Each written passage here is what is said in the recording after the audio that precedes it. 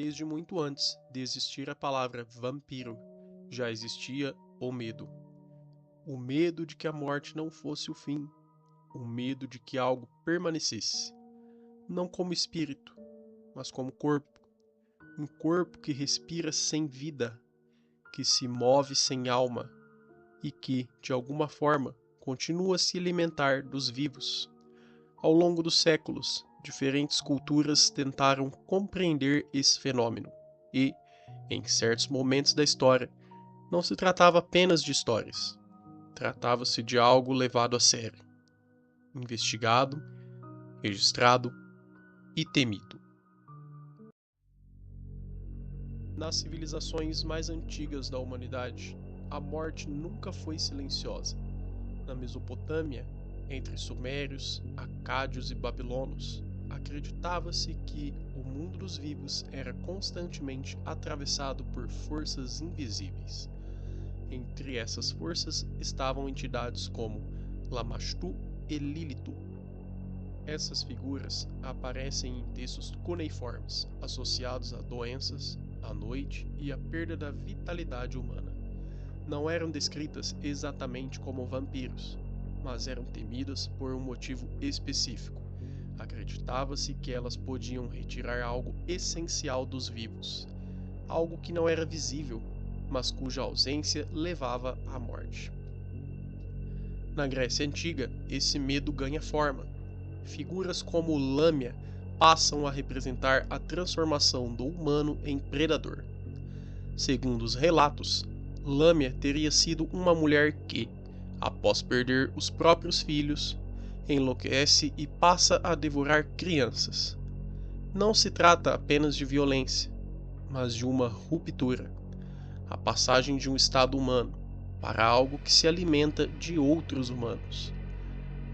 Outra figura, Empusa, é descrita como uma entidade que assume forma feminina, se aproxima de viajantes durante a noite e então os consome. Aqui surge um elemento que atravessaria séculos, a ideia de que aquilo que mata nem sempre se apresenta como ameaça. Na Europa medieval, o medo muda de forma. Ele deixa de estar associado a espíritos distantes e passa a se concentrar no próprio corpo humano.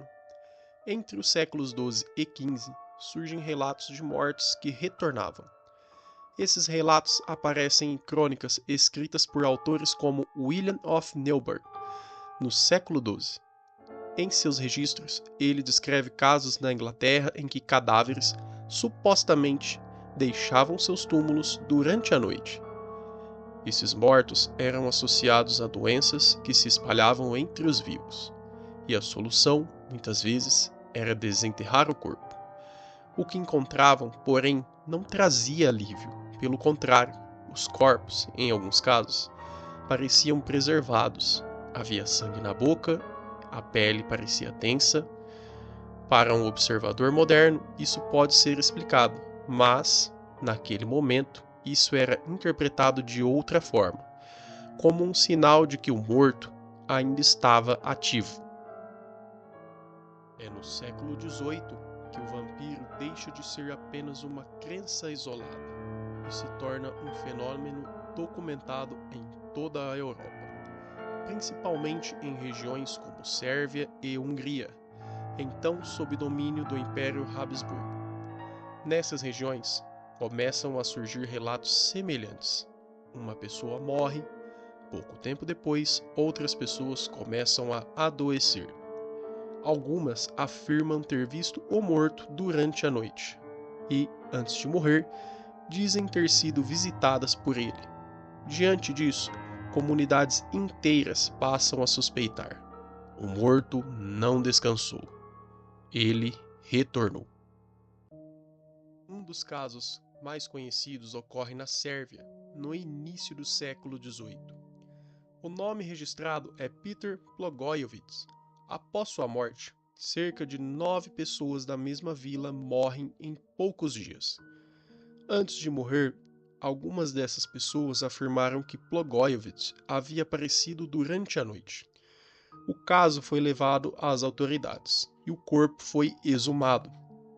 O relatório descreve que o corpo não apresentava decomposição significativa.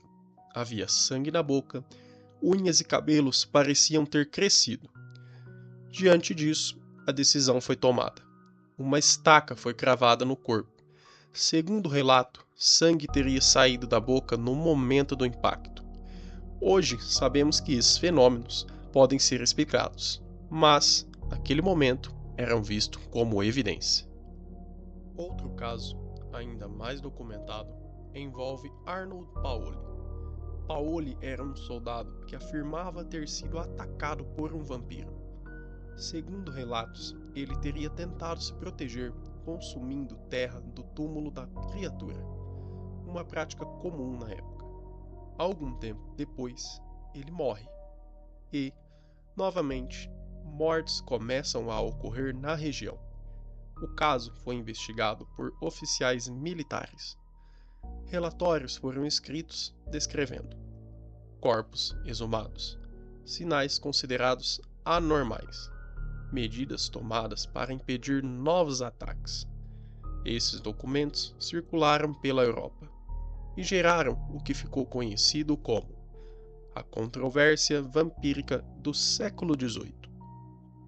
Com o avanço do pensamento científico, essas ocorrências começaram a ser analisadas de outra forma. O que antes era interpretado como atividade sobrenatural passou a ser observado como fenômeno natural. Durante a decomposição, gases se acumulam, o corpo incha, fluidos escuros podem sair pela boca, a pele se retrai. Isso faz com que dentes e unhas pareçam maiores. Para alguém do século XVIII, isso parecia claro. O corpo estava mudando, mas não para se decompor, para continuar existindo. Algumas doenças também contribuíram para essas crenças.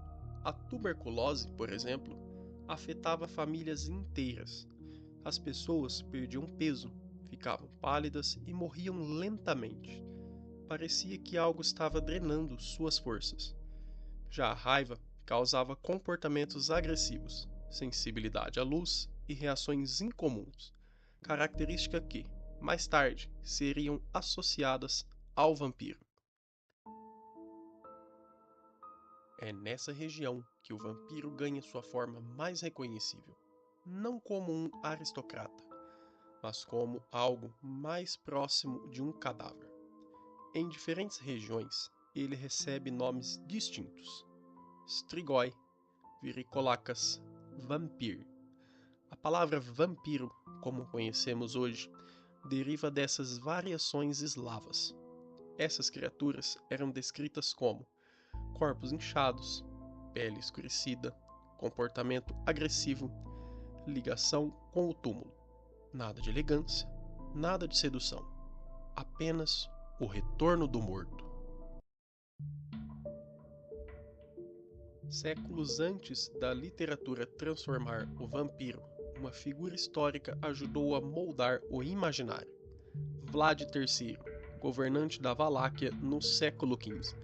Conhecido por sua brutalidade, Vlad utilizava o empalamento como forma de execução. Relatos descrevem fileiras de corpos empalados, deixados como aviso.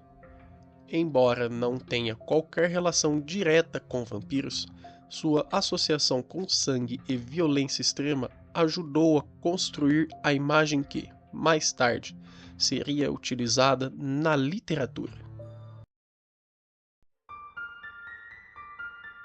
É no século XIX que o vampiro deixa de ser apenas um medo popular e se torna uma figura literária.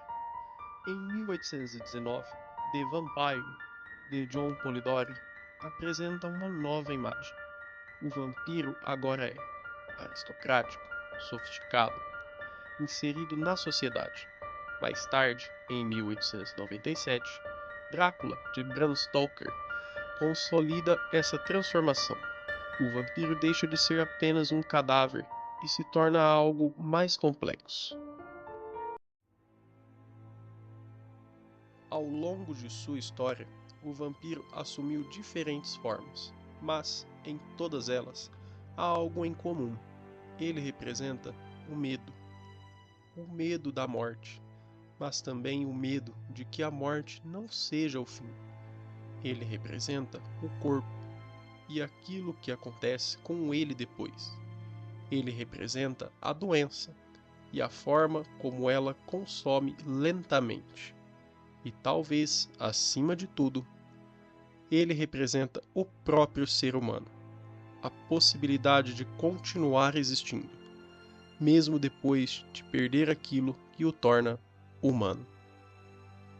O vampiro atravessou os séculos, mudou de forma, mudou de significado, mudou de aparência, mas nunca deixou de existir, porque ele não vive apenas nas histórias, ele vive no medo. E enquanto esse medo existir, o vampiro continuará retornando.